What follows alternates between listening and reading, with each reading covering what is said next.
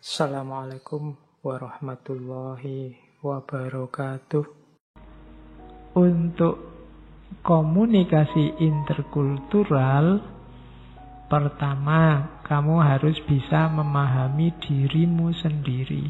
Ini tugas paling awal yang sebenarnya sangat filosofis.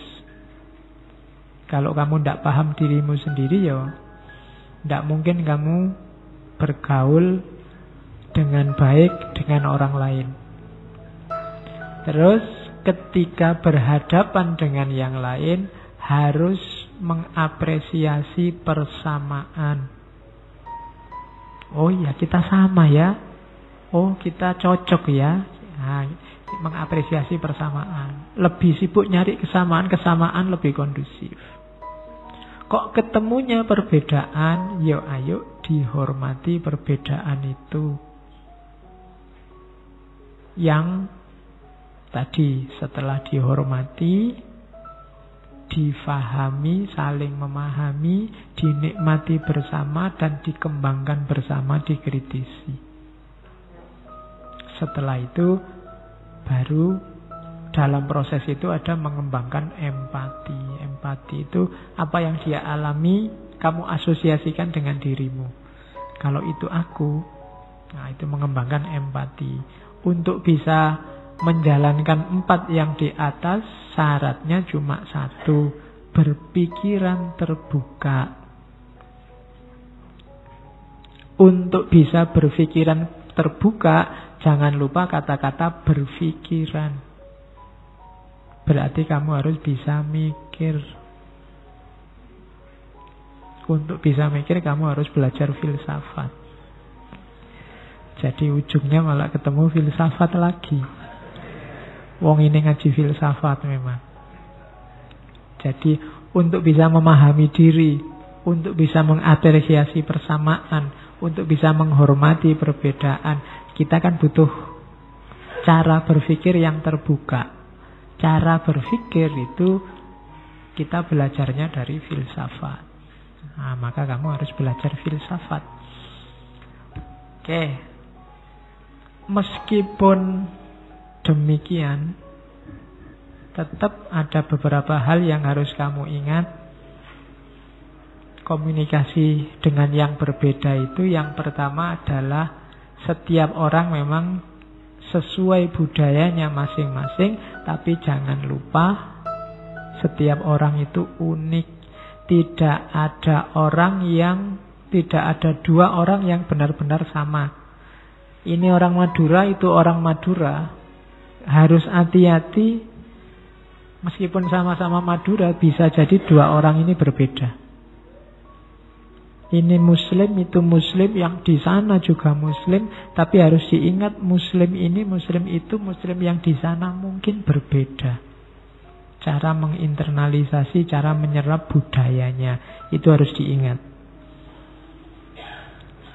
Yang diingat kedua lagi, ya, setiap orang meskipun dia anak budayanya sendiri, yang Jawa mewarisi budaya Jawa, yang Madura mewarisi Madura, yang Bugis mewarisi Bugis, tapi sebenarnya yang membentuk kepribadian setiap orang itu variabelnya macam-macam, tidak cuma lingkungan. Bahan bacaan juga bisa, bahkan resistensi perlawanan juga bisa. Perlawanan itu maksudnya saya orang Jawa tapi saya benci sama budaya Jawa, sehingga dia orang Jawa tapi kebalikannya, dia membangun dirinya secara kebalikannya, resisten. Itu juga mungkin orang bisa begitu. Terus itu kalimat yang ketiga, kita lebih dari sekedar budaya yang membentuk kita. Jadi hari ini banyak teori yang bilang bahwa manusia itu dibentuk oleh lingkungannya. Tapi sebenarnya setiap orang itu tidak sekedar bentukan lingkungannya. Dia dibentuk oleh banyak hal, bahkan termasuk dia sendiri bisa membentuk dirinya sendiri melampaui lingkungannya. Kalau hanya ikut lingkungan, mungkin kamu tidak ada di sini malam ini belajar filsafat. Pasti ada unsur yang lain yang mempengaruhi. Kalau hanya ikut lingkungan, mungkin tidak lahir mahasiswa kayak kamu. Kampungmu duweso di pelosok yang mungkin ada mahasiswa itu aja mereka kaget misalnya. Itu kan melampaui budayamu sendiri. Jadi yang pertama itu keunikan individu harus kamu ingat dalam komunikasi. Ini tantangan. Karena kita sering yang kedua generalisasi. Generalisasi itu pokoknya kalau orang Indonesia mesti tidak tertib. Disuruh ngantri tidak mau. Kecuali antri sembako apa antri apa gitu. Generalisasi. Pokoknya kalau orang barat mesti seks bebas. Orang barat ini mesti ateis. Di Indonesia lebih unik lagi. Komunis dipadak kiro ateis. Pokoknya komunis mesti ateis. Nah itu kan generalisasi. Padahal komunis sama ateis itu ya beda. Komunis urusan ekonomi, ateis urusan agama. Tapi orang sering mengeneralisir. Orang barat mesti ateis, mesti komunis kabeh. Kalau orang Indonesia pokoknya bule ku mesti londo. Itu generalisasi. Ya sama kan kalau di sini, kalau di Jawa Tengah, di Jogja koran mesti KR. KR-mu apa? KR-ku Jawa Pos. Nah itu generalisasi. Hyundai diparkir ning ndi? Nah itu. Padahal ya mungkin Yamaha, mungkin apa. Nah kabeh nyebutnya Honda. Itu generalisasi. Banyak budaya-budaya yang kita generalisir. Pokoknya orang Madura itu mesti ahli tukang sate, tukang cukur misalnya. Nah itu generalisasi. Apa iya begitu? Karena generalisasi nanti rentan jatuhnya prejudice, stereotype, etnosentris dan seterusnya. Dan yang ketiga, tantangan bagi komunikasi interkultural itu objektivitas. Susah karena dunia ini macam-macam, ternyata tidak cuma macam-macam, juga berubah-ubah, dinamis. Jawa itu cenderung ngalah, cenderung lembut mungkin. Nah, itu mungkin Jawa dulu. Jawa sekarang sudah macam-macam. Objektifnya susah. Ngomong budaya itu dia sesuatu yang cair. Jadi tantangannya 3. Keunikan individu, generalisasi, dan objektivitas. Maka ada beberapa tips dari kesimpulan-kesimpulan tadi. Yang pertama, belajar tentang dirimu, belajar menghadapi perbedaan, kurangi bias, kurangi suudzon, banyak membaca, banyak mendengar, banyak bergaul. Membaca penting, mendengar penting, bergaul penting. Hanya membaca saja kurang bergaul, susah kamu membangun kompetensi interkultural. Jadi karena apa? Dunia lapangannya sangat jauh berbeda dengan dunia buku. Harus bergaul juga. Ya kalau mahasiswa, ya kutu buku, ya aktivis. Dua-duanya. Praktekkan keterampilan komunikasi yang baik. Latihan menggunakan kata-kata yang netral. Yang tidak menyinggung orang. Meskipun sekarang kan tidak gampang itu kan. Kata sekarang banyak yang tidak netral. Kamu ngomong kampret sekarang tidak netral, kecebong tidak netral. Kamu ngomong apa lagi? Sekarang banyak yang semula netral, sekarang santri aja sekarang jadinya tidak netral.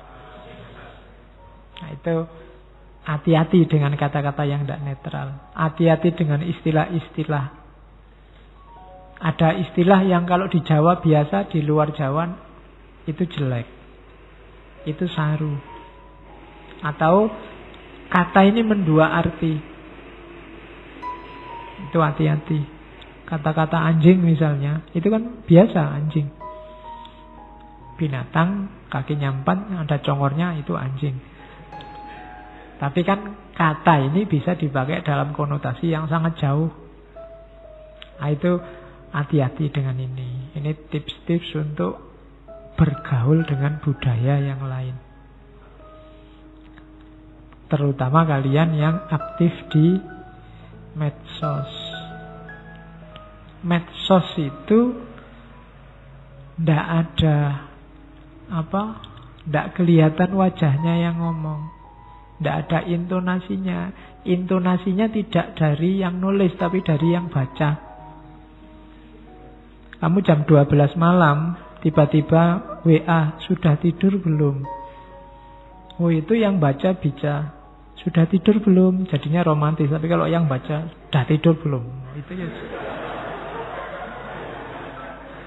ya kan? Yang satu responnya romantis, yang satu responnya emangnya ngapain tanya-tanya. Bisa begitu. Oke. Misalnya kadang-kadang mahasiswa WA saya, Pak, besok saya mau ketemu Bapak jam 9. Datang ya. Loh, itu kalau saya membacanya romantis kan jadi enak. Pak, besok saya mau datang jam 9. Datang ya. Loh, enak. Tapi kalau pakai kata perintah, datang ya, itu merintah. Sama-sama tulisan datang ya. Itu atau cepat balas. Itu kan cara membaca menentukan. Makanya kamu hati-hati. Medsos itu begitu. Kamu kalau sedang marah baca WA itu intonasinya jadi marah terus semua.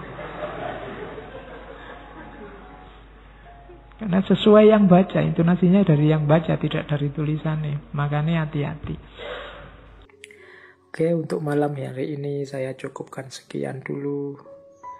Mohon maaf kalau ada yang kurang berkenan, mungkin 1-2 kekurangan apa, mohon dimaklumi. Kalau ada kekhilafan, kealpaan yang teman-teman ngerti benernya seperti apa, ya silahkan disampaikan.